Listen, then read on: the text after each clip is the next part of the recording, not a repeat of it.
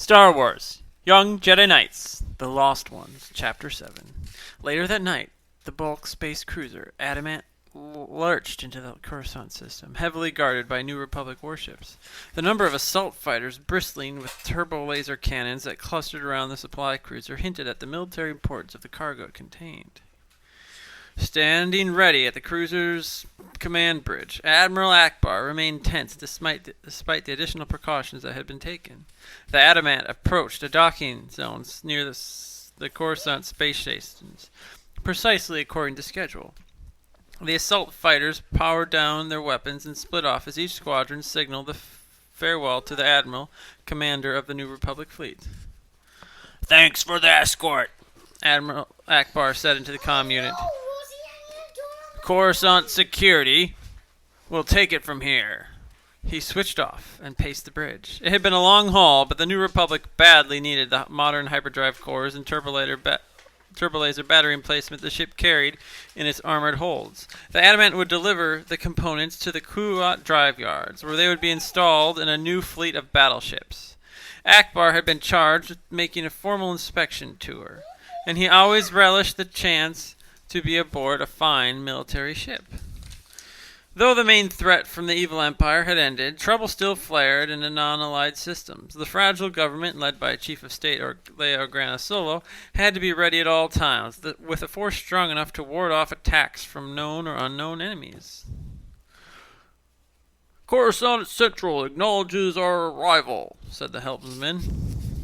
Admiral Akbar nodded. "It'll be good to take some rest and recreation downside," he said, turning the helmsman and staring with his round, fishy eyes.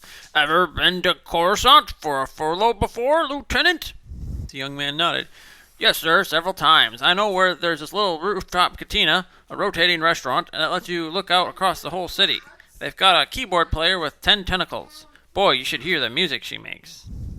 Admiral Akbar chuckled just as the tactical officer turned from her station.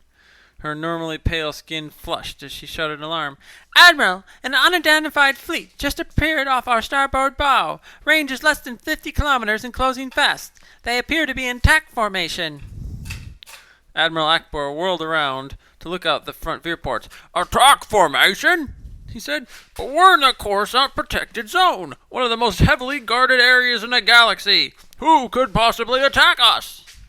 He saw the incoming fleet as it soared like birds of prey, appearing out of nowhere. In the same moment, he felt the stunning blows from their ion cannon, which immediately crippled the Adamant's defensive systems. "Battle stations!" he cried with his gravelly voice as another thundering blow slammed into the side of the Adamant. "Minor hull breach, sir," the operations officer shouted. "Loss of pressure. Emergency bulkhead doors have closed." "Transmit distress signal!" Akbar yelled. "Request immediate assistance from Coruscant security, now!" All weapon systems offline," the tactical officer reported. "We can't even fire a shot. Engines are still undamaged, though. Almost as if our attackers are trying not to target them." "They want to steal the ship," Akbar said as a cold realization struck him. "And its cargo." The communications officer had begun transmitting a distress signal, but the round-faced young man looked up almost immediately, his cheeks pale. "Sir, communication systems are non-functional. We can't even request help." Admiral Akbar swallowed. Coruscant would note the attack and respond within minutes, but by then, he knew, it would be too late. The enemy ships closed in. The modified assault shuttle zeroed in on its target. At his controls, the former TIE pilot Coral guided the attack. He wore a black skull-like helmet that sealed against his skin and recirculated breathable air. The dark goggles covering his eyes transmitted important tactical data to his retinas. He positioned the shuttle's circular cutting mouth attachment against the armor plating of the rebel supply cruiser. The name Adamant had been stenciled onto the side. Adamant, which means unpregnable, unyielding, Coral grunted to himself. The exceeding tough, cutting teeth that were made from industrial-grade Corsica gems and could slice through any known substance. The Shadow Academy's takeover troops would be in control of the ship within moments. Quirrell punched an important-looking red button on the controls. It set the Corsica blades spinning and chewing until the attachment had sliced out a large circle of the adamant's hull, opening a hole into the supply cruiser. Quirrell clenched the black-gloved hand of his bulky droid arm into a fist.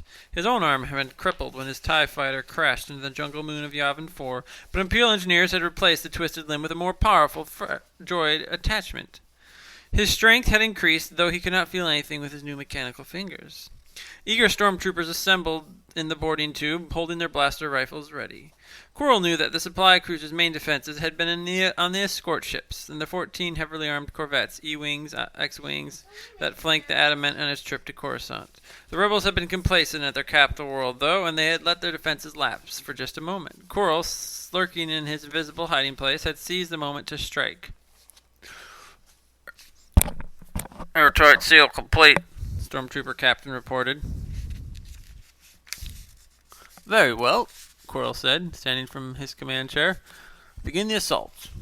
We must be away from here within 5 standard minutes. We have no time for errors.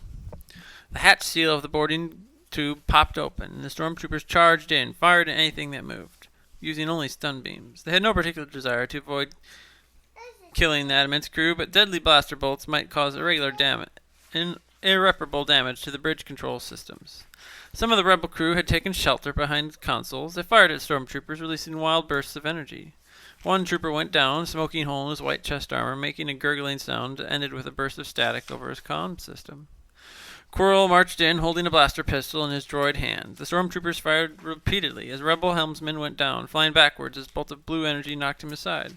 A tactical officer screamed a challenge as she leapt from her position, shooting 4 times in quick succession. She killed 2 stormtroopers before she too was stunned.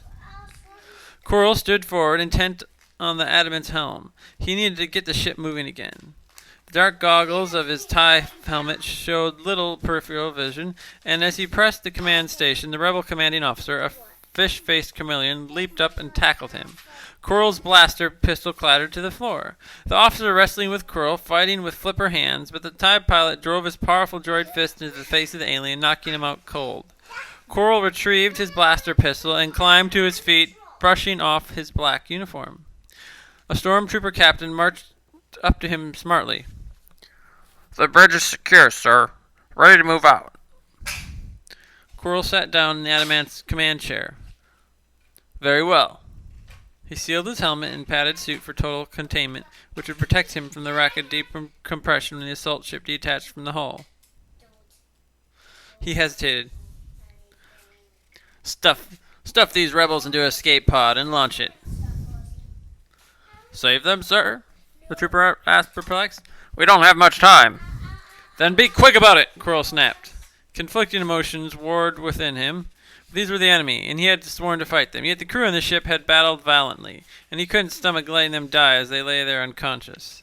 The stormtroopers paused for only a second, then hustled as they dragged the limp forms to the bridge escape pod and unceremoniously dumped them inside the defenseless craft. The stormtrooper captain sealed the latch and punched the pod's external launch control. With a hiss from explosive bolts and a gust of compressed gases, the escape pod shot away. Quirrell studied the Adamant's tactical station. Rebel defensive forces were finally on their way, streaking up out of orbit and heading toward the besieged supply ship. Go, he said to the troopers. Take the assault shuttle and escape. I will meet you back at the base. The stormtroopers hurried to the shark-toothed assault shuttle and launched the boarding ramp. Quirrell braced himself as the modified ship detached itself, letting the contained atmosphere rush out of the bridge to the gaping hole to space. Secure in his suit, Quirrell powered up the engines. He fed in pre-programmed coordinates, and the Adamant lurched into motion as the rebel fleet zoomed in. Quirrell followed his Imperial ships, carrying with him an incredible treasure that would help the Second Imperium gain its rightful place in of military superiority. The base was very close indeed. Admiral Akbar returned to consciousness and found himself crammed with his crew inside an escape pod that whirled out of control through space. His head ached, and he felt as if a space mine had exploded inside his skull. His crew members groaned and stirred, coming awake. For some reason, their lives had been spared. He wriggled his way over to one of the tiny viewports so he could watch for rescue craft.